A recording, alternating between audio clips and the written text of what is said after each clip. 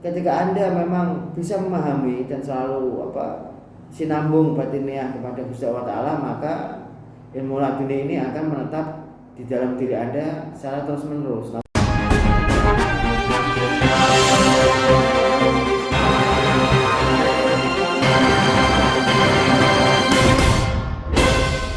Assalamualaikum warahmatullahi wabarakatuh.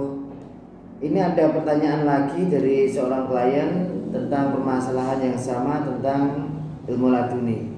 Bagaimana cara mendapatkan ilmu laduni? Nah, agar dapat mendapatkan kemampuan ilmu laduni atau cara mendapatkan ilmu laduni ini ada tahapannya. Nah, saya katakan di video sebelumnya bahwa ilmu laduni itu memang fadl dari Gusti Allah Ta'ala, tidak bisa diperoleh dari hasil belajar pembelajaran.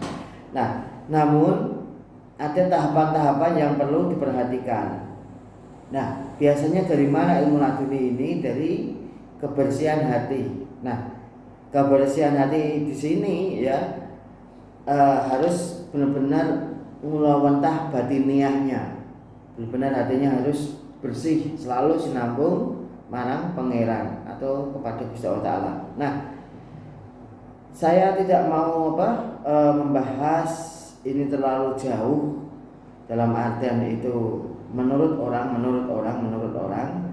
Saya atau kaula hanya membahas sesuai dengan yang kaula ketahui dan kaula rasakan. Nah, karena apa?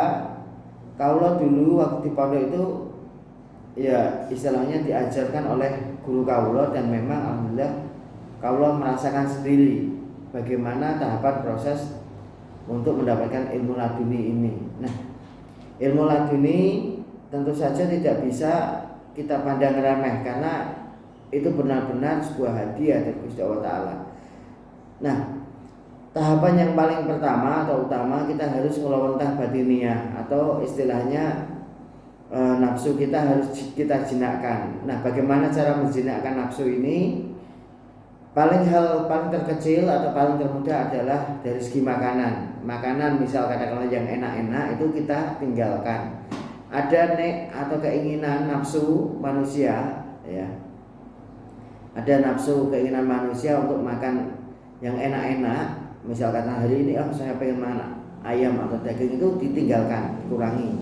Nah, karena nanti kalau Anda terlalu banyak makan yang memiliki nyawa ya, terutama ada yang namanya mengandung darah, itu nanti bisa nafsunya lebih bergejolak, lebih tinggi. Maka dari itu ini ditinggalkan dengan cara Anda bisa puasa ngerawat dulu.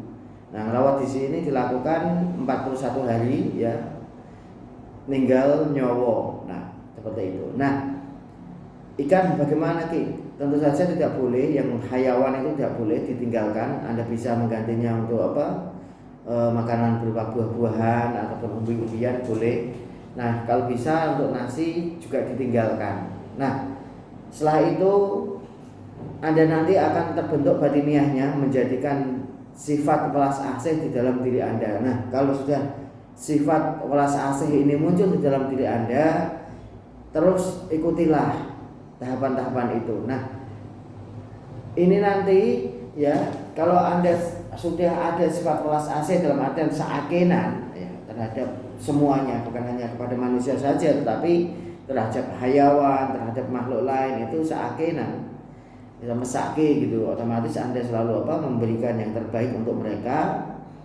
Itu bagian dari sifat Allah Ta'ala, yaitu Ar-Rahman Ar-Rahim. Nah, sifat welas asih. Nah, ketika sudah melalui tahapan itu, Anda harus berpikir semua yang Anda lakukan itu bukan kehendak diri Anda sendiri, tapi Allah yang menjalankan.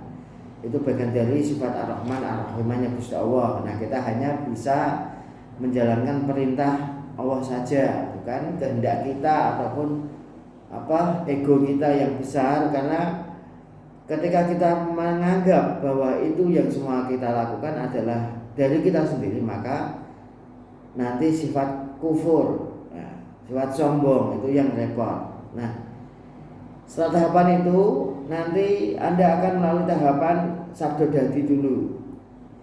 Nah, ketika Anda melakukan tahapan ini, jangan banyak bicara. jangan banyak bicara karena sangat berbahaya, akan beresiko. Karena apa?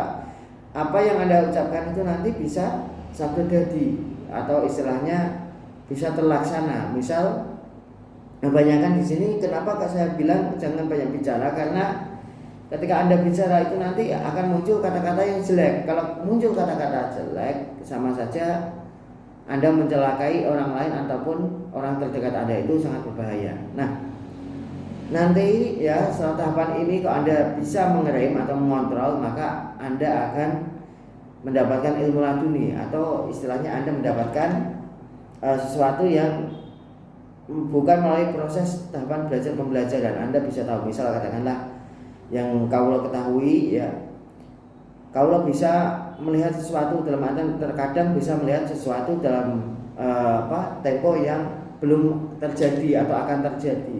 Misal nanti ada seperti ini, seperti ini, seperti ini. Nah, seperti itu. Nah, itu murni memang